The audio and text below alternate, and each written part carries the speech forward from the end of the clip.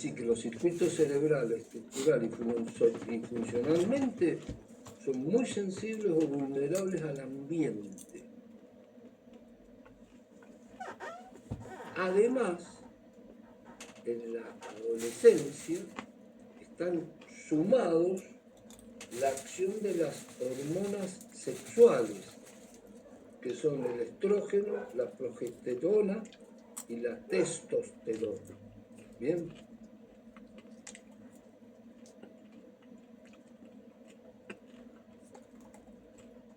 No estoy hablando de la tremenda sobreinformación que reciben los chicos de afuera, por lo cual una persona que tiene 10 años le pregunta a Google todo.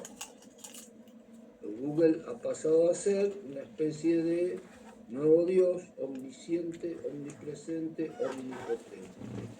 Todo lo puede, todo lo sabe, todo lo hace y está en todos lados.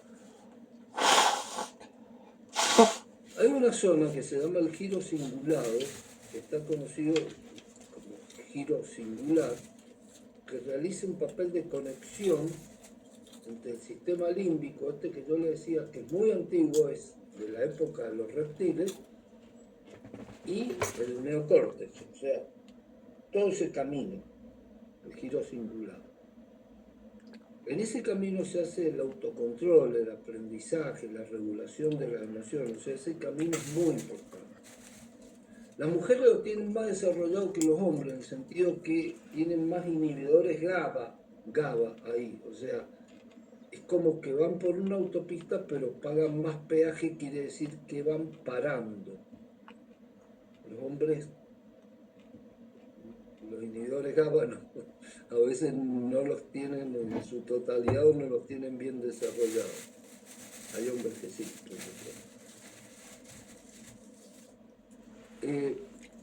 El neocórtex que está acá se va consolidando con el crecimiento de la persona. Mientras más crece, más se consolida. Podríamos decir cuándo una persona está madura. Bueno, una persona está madura cuando tiene 25 a 30 años de edad. Entonces esto es un problema grave, decir, bueno, 12, 14, 15, 16. Es decir, yo creo que son cuestiones más de política criminal que científica. Y acá se ve lo que yo le decía con el funcionalismo, cómo la política criminal influye. O sea, hay países que tienen 10 años, países que tienen 12, 14, 16, etc. Una cosa que a veces es difícil, y después vamos a hacer mención a otra que es muy importante, que es la memoria. O sea, los testigos cuando van y declaran, ¿no? Memoria buena, mala, ¿por qué? ¿Por qué tienen muy buena memoria en algunas cosas y otras no? ¿Qué es querer?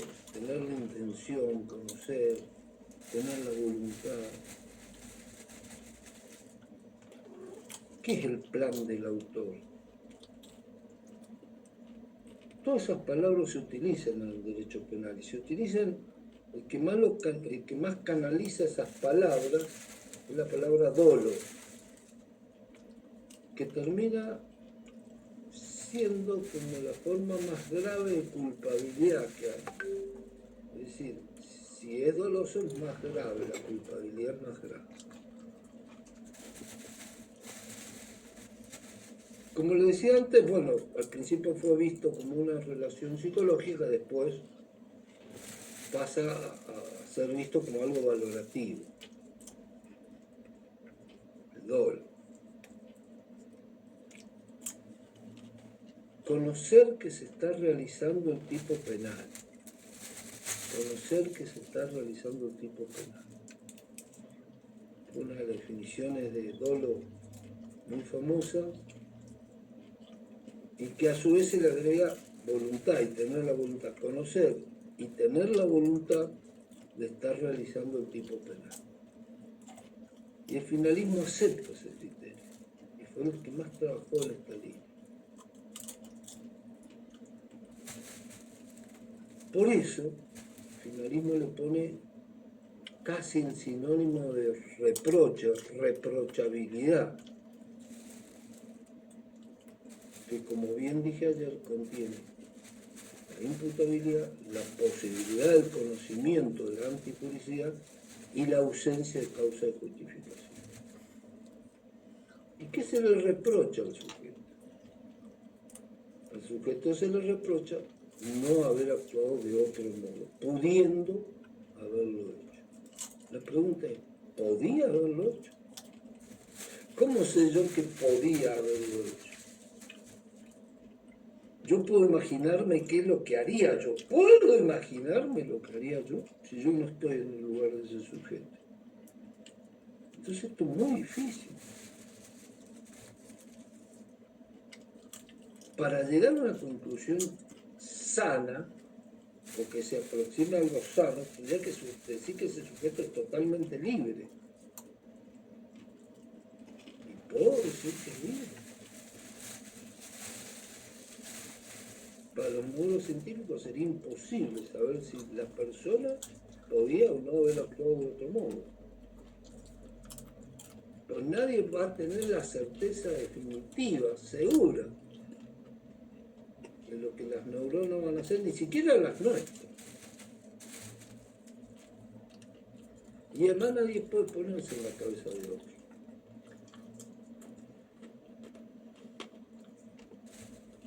¿Vieron cuando uno tiene un problema y viene todo ese ejército de opinadores y dice, vos tenés que hacer esto, tenés que hacer lo otro? Y vienen los más tontos, digamos, los opinadores élite, que utilizan la palabra tener, ¿no? Siempre, el verbo tener. Y vos tenés que hacer esto, tenés que hacer otro, tenés que hacer esto, tenés que... Y bueno, pero... Y los élites dicen, si yo estuviera en tu lugar, haría tal cosa. El tipo no está en tu lugar. Por eso, la teoría de la imputación objetiva sirve para temperar esta dificultad. La imputación objetiva, bueno, riesgo permitido, principio de confianza, prohibición de regreso, competencia de la víctima, como le gusta decir a Jacob.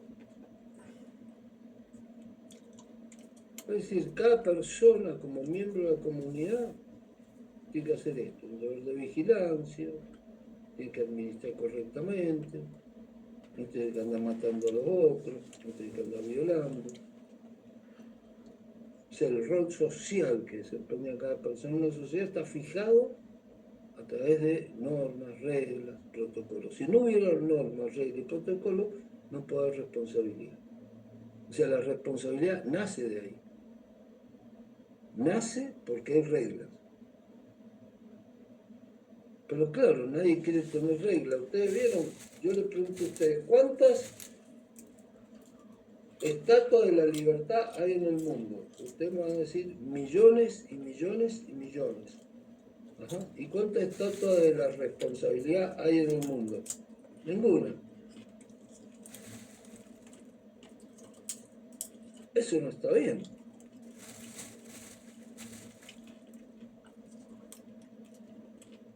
Entonces, la dogmática jurídico-penal, los penalistas se cansaron de discutir esto porque no tenían salida, a mi juicio. Entonces metieron que el dolo es un término técnico jurídico, listo, normativo. Y en la imputación objetiva, que se encuentra como una solución práctica, un sujeto autor, cuando no está amparado por una causa de justificación y crea un riesgo, y el riesgo no está permitido, no están, o sea, los protocolos, las leyes, las reglas, no. Y ese riesgo se realiza en el resultado y causa un perjuicio. Entonces esta visión descomprime mucho, muchísimo, el plano psíquico. Mira, vos hiciste un riesgo. No te adecuaste a los protocolos. Ah, porque yo no sabía, bueno, no importa, sabía, no sabía, si el protocolo fuerte. Lo podía haber evitado fácilmente. La neurociencia no tienen claro si un hombre puede actuar de otra manera. Sí sabe si un hombre tiene empatía o no tiene empatía. Sí sabe si es frío o no es frío. Sí sabe si es agresivo o no es agresivo. Si manipula o no manipula. Lo sabe, lo puede ver. Puede ver aspectos relevantes. No andar haciendo test y suponiendo e interpretar.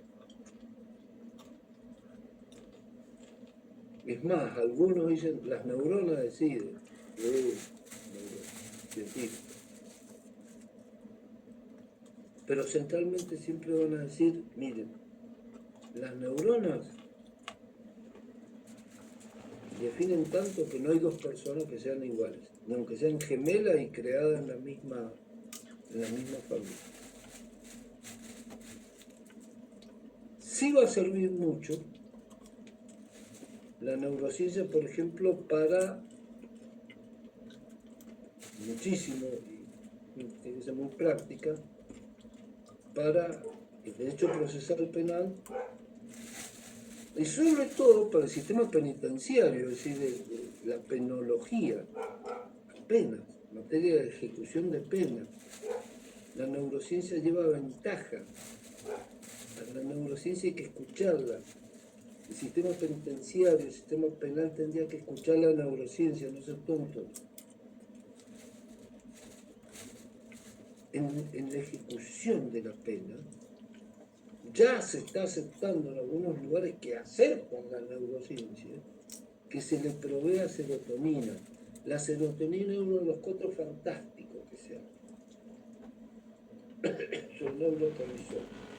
Estos neurotransmisores son cuatro, los más conocidos. Dopamina, serotonina, oxitocina y adrenalina. Esta, a la cual me voy a referir, no me voy a referir a la otra porque tienen que ver una de ellas con la drogadicción, la otra tienen que ver con el sexo y las violaciones, y etc. Pero esta es la droga del bienestar, esta droga es gratis. Se la da el cuerpo humano a las personas gratis, se las regala. A ustedes, a mí, a todos. Es un neuromodulador. Y se lo conoce a la serotonina, que es técnicamente es un 5-HT. 5-HT es muy conocida por generar bienestar en todo el organismo. Y además inhibe las conductas, o sea que uno no tiene tendencia a las conductas malas. Se siente bien, no tiene tendencia a las conductas malas. Ahora, si tenés poca serotonina, bueno, va a ser más propenso a ser irritable o agresivo, porque tenés poca serotonina. Y ustedes me dicen, bueno, doctor, ¿y cómo hago yo para tener serotonina? Y bueno, toma sol, salí a caminar, tenés una buena vida, come bien, sano, no andes comiendo fritos, cosas por el estilo, porque acordate, la mente es una sola, todo tiene que ver con todo. El sexo moderado, la gimnasia todos los días, activo, y centralmente dormir bien. Dormir bien. Y obviamente no te drogues porque entonces la serotonina la vas a cambiar por dopamina. Es decir, no te drogues, no fumes, no tomes alcohol, etc. Pero bueno, no importa, eso dije que no voy a hablar porque yo no quiero que se enojen conmigo. Porque a veces se enojan, uno le dice, mire, no fume y se enoja. No fuma, señor. Está bien. Comprendo. Sí, lo que pasa a veces, que es muy simpático, es que hay algo que genera serotonina y los neurocientíficos no saben por qué. Pero genera mucha serotonina, que es rezar. O sea, la gente que reza tiene más bienestar, más tranquilo. Rezar puede leerse también como meditación o yoga. Más tranquilo, respiran mejor. Y eso genera mucha serotonina. Pero la neurociencia todavía no ha dado la fórmula. Hay sinapsis en el cerebro, ¿no?, que muestran una capacidad extraordinaria a los cambios. La sinapsis, la comunicación de las neuronas. Esto hace a la neuroplasticidad. Las neuronas aprenden. Para aprender y uno salir de esos problemas que hay, que son gravísimos, lo mejor es aprender y tomar hábitos, porque los hábitos nos van a encolumnar en cosas buenas, nos van a hacer mejorar en la medida que nosotros tomemos hábitos que tengan que ver con la serotonina. Aprender técnicas propias. Y eso tendría que hacerse con el que está preso. Y eso sería resocialización. No sé, lo digo porque a veces estoy efusivo. Pero en las cárceles se reparte droga como si fueran caramelos. ¿Por qué no empiezan a hacer trabajos con serotonina, serios, recomendados, científicos, para ver si esas personas pueden, potencialmente a largo plazo, que esto sea una técnica recomendable, crear y ampliar redes neuronales, inclusive? Porque el cerebro puede cambiar. El malo no siempre es malo, puede llegar a ser bueno. Y el bueno puede llegar a ser malo. No dejemos que el gen condicione la inteligencia y nos condicione a todos. Se lo voy a decir de una manera fácil, mire. La genética es como si fuera un arma. Vos tenés esa arma, miren el arma. Pero la cultura, lo que vos has incorporado, como te has formado, es el gatillo. Si vos no gatillás el arma, el tiro no sale. Y eso es, el gatillar, es la cultura que has recibido, la formación que has tenido y la experiencia que has tenido. Eso te va a ayudar a que cualquier arma que tengas, genéticamente que sea mala, no se active. Entonces, en esta terapéutica psicológica, educacional, laboral y social que hay que hacerle a los presos, tendría que estar incorporado un apoyo neurocientífico. También hablé de la libertad como uno de los temas más conflictivos que hay. Ayer yo le decía, nacemos en un lugar que no elegimos, tenemos un sexo que no elegimos, tenemos un grupo sanguíneo que nosotros no hemos elegido, tenemos un papá o una mamá que no hemos elegido, tenemos hermanos que no hemos elegido, nos mandan a una escuela que no lo hemos elegido, nos ponen ropa que no lo hemos elegido, nos dan una religión que no lo elegimos, nos dan una lengua para hablar que no lo elegimos, un lugar para vivir que no lo elegimos, o sea, no elegimos nada, no sé qué es lo que elegimos. Entonces, esto de la libertad es difícil. Si somos plenamente libres, ¿en qué medida somos plenamente libres? Rock diría, no, libre, nada. Todo está determinado genéticamente por los neuronas.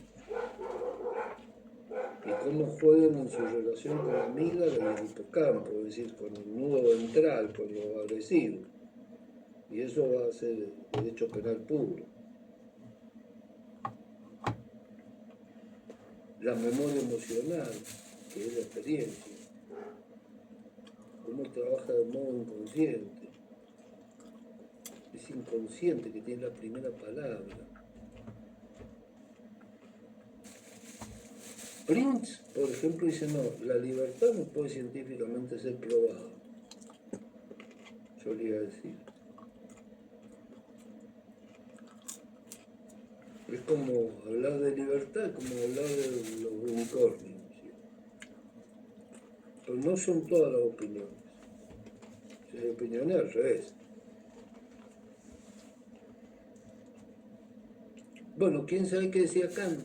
Interesante, porque Kant, filósofo, sostenía que somos libres si cumplimos con nuestro deber, es decir, con las leyes, con los imperativos categóricos. ¿Cuáles eran los imperativos categóricos? Los imperativos categóricos para Kant eran dos. Uno era, centralmente, el hombre es un fin en sí mismo, no uses a los hombres, porque es un fin.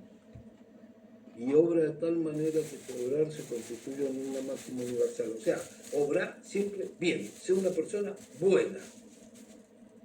Porque si vos sos bueno y todos son buenos, el mundo mejora. Por eso el deber nos hace libre, decía Kant. Cumplamos con las normas. Cumplamos con el ama su, ama yo y ama aquello.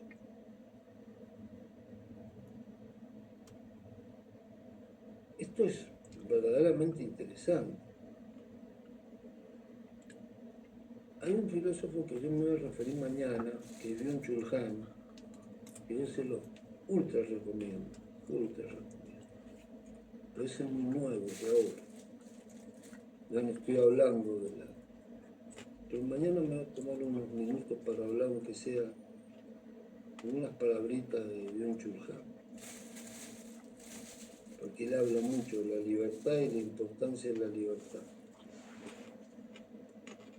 Ahora, ¿por qué esta neurociencia tendría que estar de moda? Porque la verdad es que está re de moda.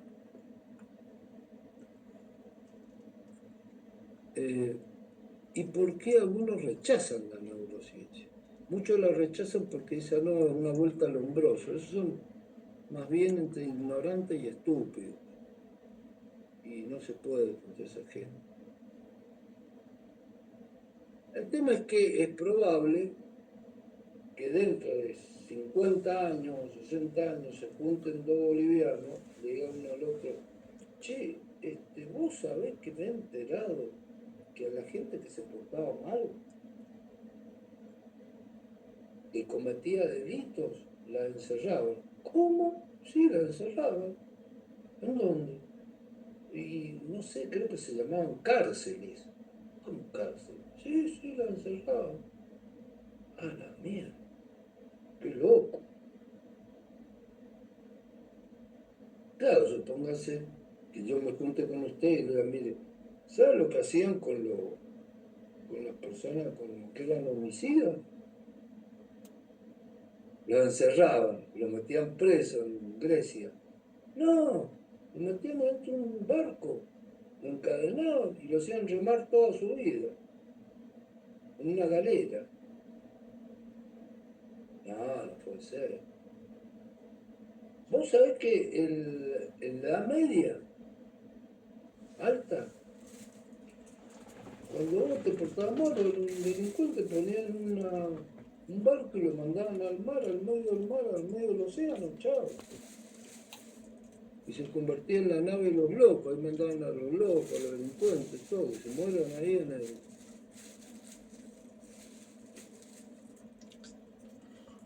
Entonces es probable que entre 60 y 70 años digan, bueno, vamos a condenar a fulano de tal, no digan a 5 años de pena o a 10 años de pena, no, lo vamos a condenar a que tome el químico número 5HT24.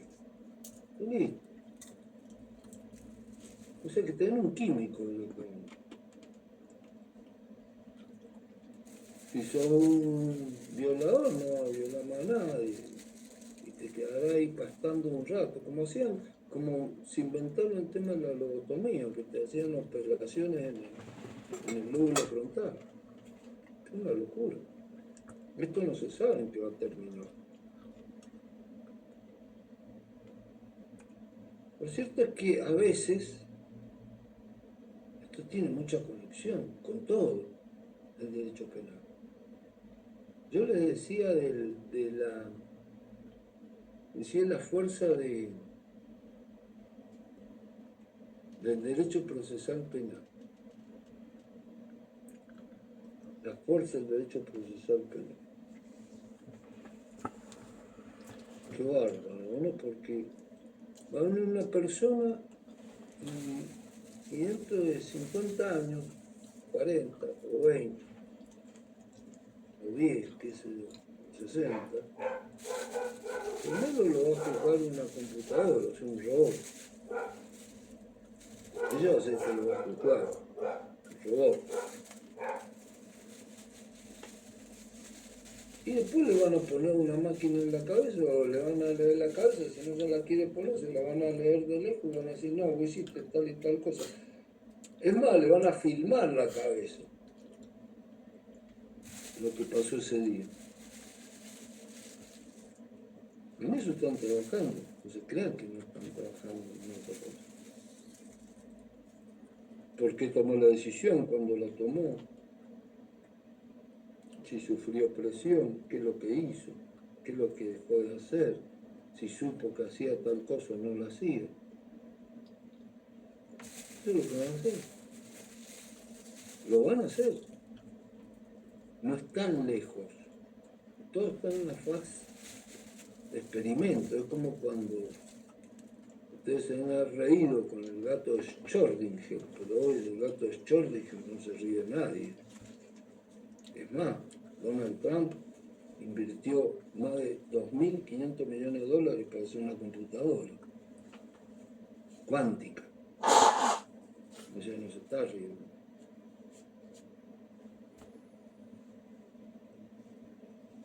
Entonces va a haber de todo para la neurociencia. Y los testigos, bueno, los testigos van a leerle todo, o sea, mentir no se va a poder mentir. El tema de la memoria es difícil porque hay dos tipos de memoria, ¿no? Una memoria declarativa que se llama memoria explícita. La memoria explícita es la que nosotros nos acordamos, recuperamos permanentemente datos, registramos, y que la podemos expresar con el lenguaje. Por eso se llama explícita y a su vez declarativa, o se llama también episódica. Vemos los episodios y semántica, o sea, y lo podemos hablar. Es una memoria que centralmente maneja casi todo lo que nos acordamos y que también nos permite que nos acordemos a corto plazo. Recuerden ustedes que acordarse cosas que sucedieron hace 20 segundos es difícil, porque el ser humano está en 360, pero no puede estar en 360, pues si no a la computadora se le quema. Los miles, cuatrillones de neuronas saldrían como un petardo. Entonces hay que hacer economía. No es que se use una parte del cerebro, se usa todo el cerebro. El cerebro es economía. Tiene que enfriarse. Se autoenfría, digamos, porque no puede estar todo pensando todo. ¿Vieron? Cuando uno ya estuve muy concentrado, me hierve la cabeza, claro. Si esto es energía pura. Entonces, hay una memoria que uno Cada vez que se acuerda, yo le pregunto a ustedes, bueno, ¿se acuerdan la primer clase que tuvieron? Y ustedes tienen que ir como si fuera supóngase usted un archivo, sacan un cajón y sacan la primera clase. Hay algunos que le cuesta sacar el cajón, que lo tienen medio agarrado, entonces se van acordando a poco, digamos, no pueden. Y otros se acuerdan rápido, porque el cajón sale rápido. Y otros no encuentran el cajón, no se acuerdan. La memoria procedimental siempre te acuerdas, porque eso está de antes. Por ejemplo, hablar. A esta se la llama la memoria implícita. Vos te acordás de hablar. A ver cómo hablar. Dice, mover la mano, mover la mano. ¿Sabés cómo es mover la mano? Caminar. No te tienen que enseñar a caminar, porque te acordás cómo se camina. Entonces una memoria procedimental. Se ve mucho los que andan en bicicleta, el que maneja el auto, primera, segunda, tercera, lo pone. O sea, yo te pregunté, ¿cuántas veces pusiste segunda en el auto cuando fuiste a trabajar? ¿Qué sé yo? No te puedo acordar nunca, porque es procedimental, o sea, automáticamente. Hay una memoria que es muy importante para que quede grabada.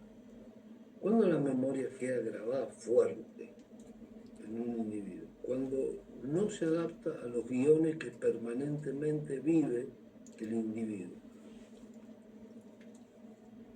Vamos a verlo así. Vamos a una fiesta. En esa fiesta, qué sé yo, todos festejan todo. En esa fiesta, uno de los que estaba en la fiesta que bajó la escalera se cayó, se quebró y pararon todos, qué sé yo, llamaron a la ambulancia, vino la policía, porque el tipo estaba quebrado en el piso, todo, y se lo llevó a la ambulancia. Entonces cuando yo te pregunto, che, la fiesta ¿te acordás la fiesta de Juancito? Que se hizo en el año 2010, y vos me vas a decir, sí, bueno, pero vos te acordás cómo estaba vestida Luisa. No, lo que me acuerdo era el tipo que se quebró, que te acordás, vino la ambulancia. Ah, sí, claro, vino la ambulancia. Si te sacan del guión, te vas a acordar.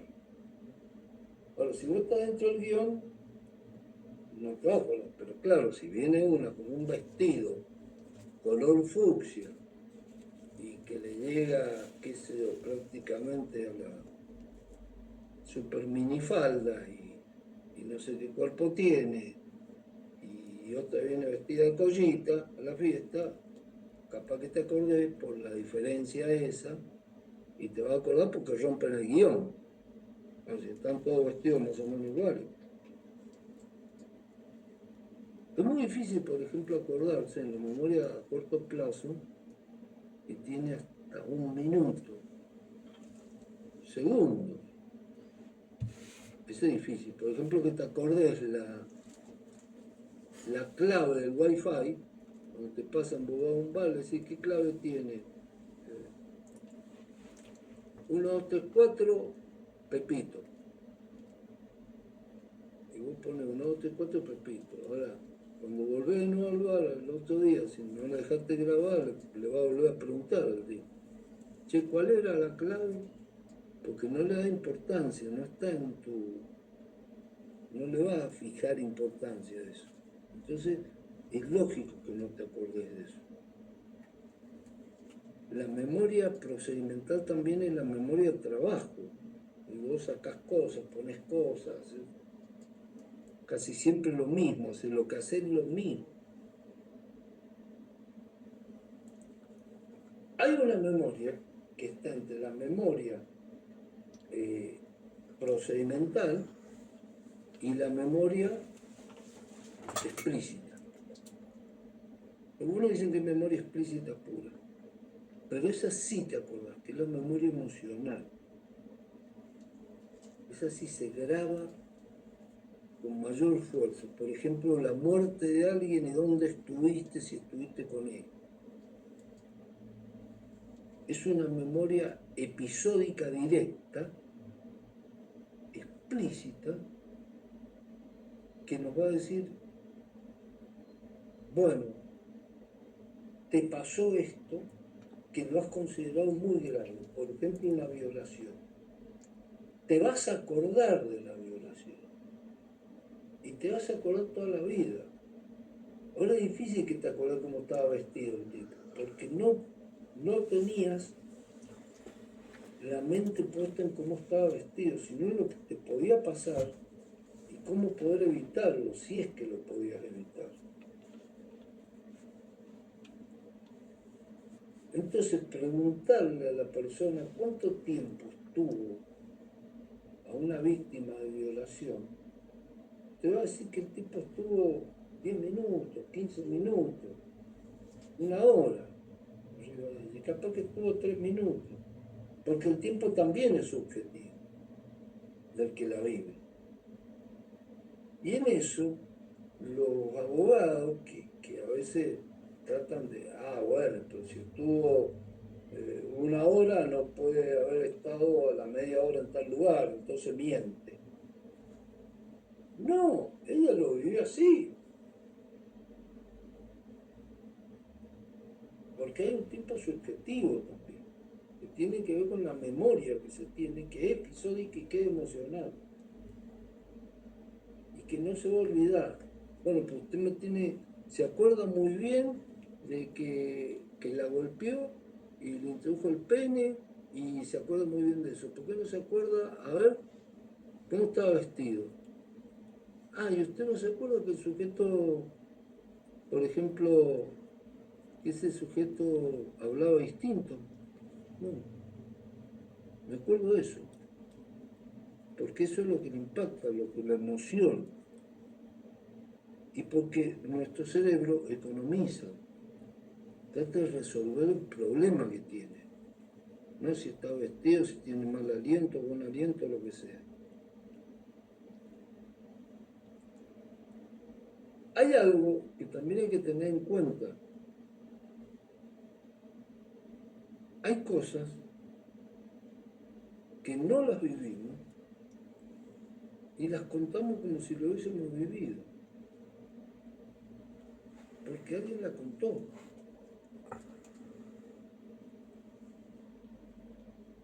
Y como lo repetimos tantas veces, cada vez que nosotros nos acordamos de algo, acuérdense, uno va nunca repite lo mismo, porque tiene que ir al mismo archivo, entonces lo vuelve a contar de nuevo.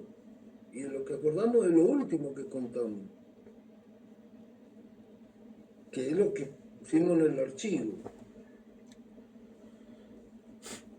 Por eso los viejos tardan en acordarse cosas, porque ese archivo no sale con la fuerza y con la dinámica que sale una persona más joven, tiene respuestas más lentas. Hubo en el siglo XIX-XX el más importante de los educadores, que fue francés, se llamaba Piaget. Piaget siempre contaba una anécdota sobre la memoria y decía, bueno, mira, que él una vez fue con la niñera y la niñera tenía un dinero para gastarse y le habían dado una especie de joya que servía un poco como identificación familiar para el niño que llevaba, que era Piaget. Se llevaba una joya y dinero. La niñera, en un momento dado, le dice al niño, me robaron. Me robaron, me robaron, me robaron. Entonces llega y dice, me robaron me robaron la joya y me robaron también la plata. Y Piaget, cada vez que iba a las conferencias, decía, bueno, a mí me tocó vivir una cosa muy fea, porque yo vi cuando vino el ladrón y le robó a la niñera las cosas, o sea, le fue agregando. Cada vez que lo contaba le iba agregando cosas. Lo que vivió, no, porque yo cuando era muy chiquito iba con la niñera y lo robaron a la niñera. No, porque cuando yo era muy chiquito vinieron un señor, le robaron a la niñera. No, porque vinieron unos señores y le robaron a la niñera. No, porque yo vi que la golpeaban y entonces lo robaron. Y lo iba agregando. Pues sí, lo había vivido. Un día, ya vieja, la niñera viene y le dice a la familia que no le habían robado nada y que en realidad había mentido, y que ella se había quedado con las cosas. Entonces Piaget saca una conclusión muy fuerte. Dice, yo me pasé toda mi vida hablando de esa vivencia que nunca viví. Entonces esto también tiene que ver con lo que nosotros vamos registrando en las llamadas redes neuronales. En definitiva, son muchas cosas que uno podría decir de la neurociencia y de lo que la emoción significa, ¿no? Las emociones, cómo marcan como respuesta fisiológica, como respuesta consciente, cómo ayudan a que salgamos corriendo rápido. Porque las emociones en definitiva son respuestas del conocimiento y que también tienen una fase intuitiva, pero son del conocimiento. Y toman información de la periferia. Dicen, che, acá hay olor a pólvora, vayamos, no.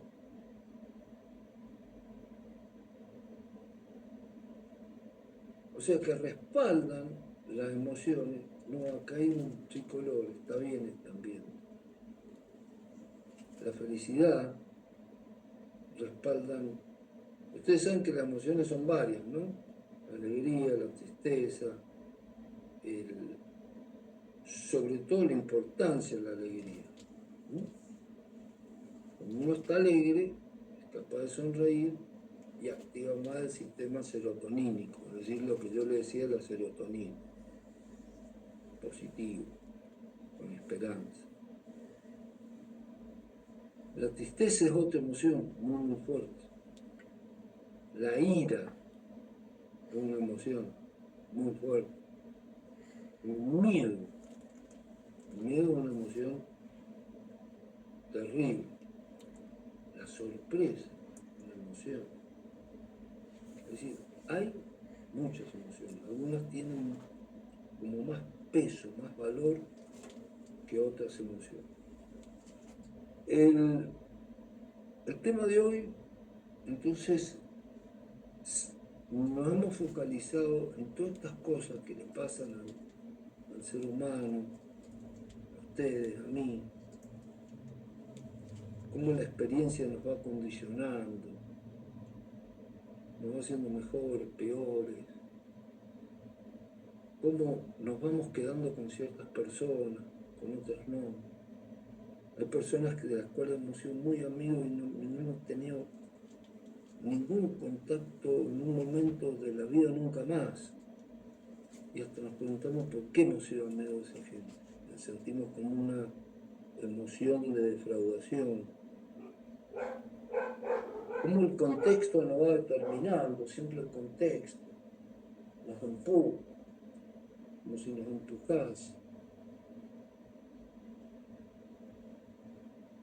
Sabemos que no podemos hacer nuevas neuronas, pero que sí, las que tenemos las podemos ir adaptando, mejorando. Yo quisiera que ustedes tengan como muy presente la importancia grande de la neurociencia, que cada vez que ustedes puedan ver algo de neurociencia científicamente, o sea, que no caigan en la gente de autoayuda, no caigan en los reels, no caigan en el ruido del enjambre digital y que a su vez tengan muchísimo cuidado con las drogas, con todo aquello que genera dopamina.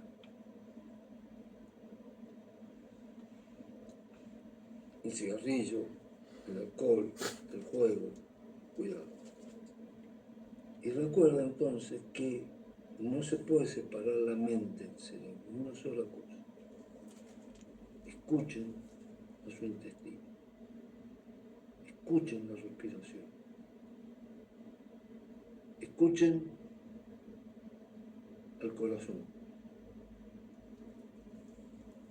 Todos esos circuitos tienen una unidad, terminan siendo una unidad y van a las células nerviosas. Si ustedes imaginan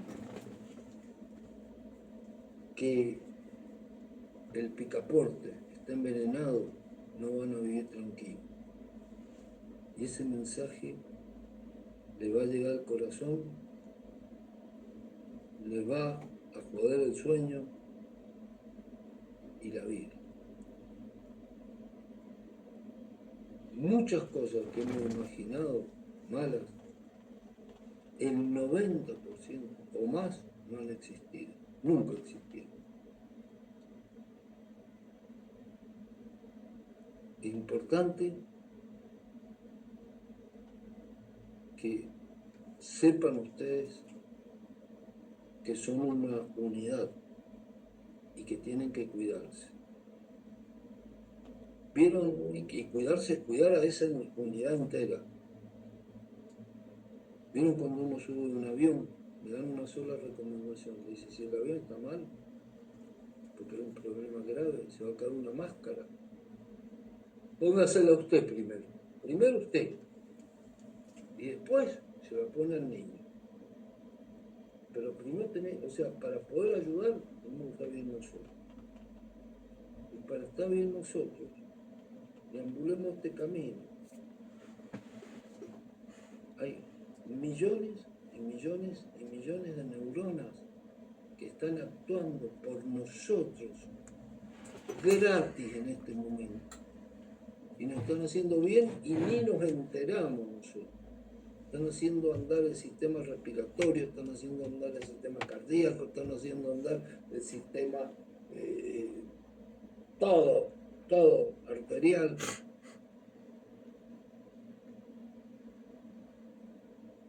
Son muchas las cosas que intervienen en el cerebro.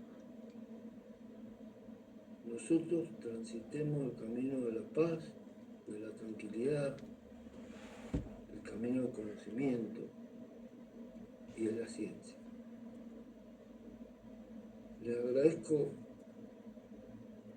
por la paciencia que me han tenido hoy, que veo que ha sido mucha, y le agradezco también que hayan escuchado, porque en este mundo hoy están faltando la gente que escucha. Tengo la sensación que son muchos los que me han escuchado con el corazón, y eso vale más que nada, más que cualquier clase. Si tienen una pregunta o algo para conversar, encantado. Quedan algunos minutos, así que los podemos utilizar todavía.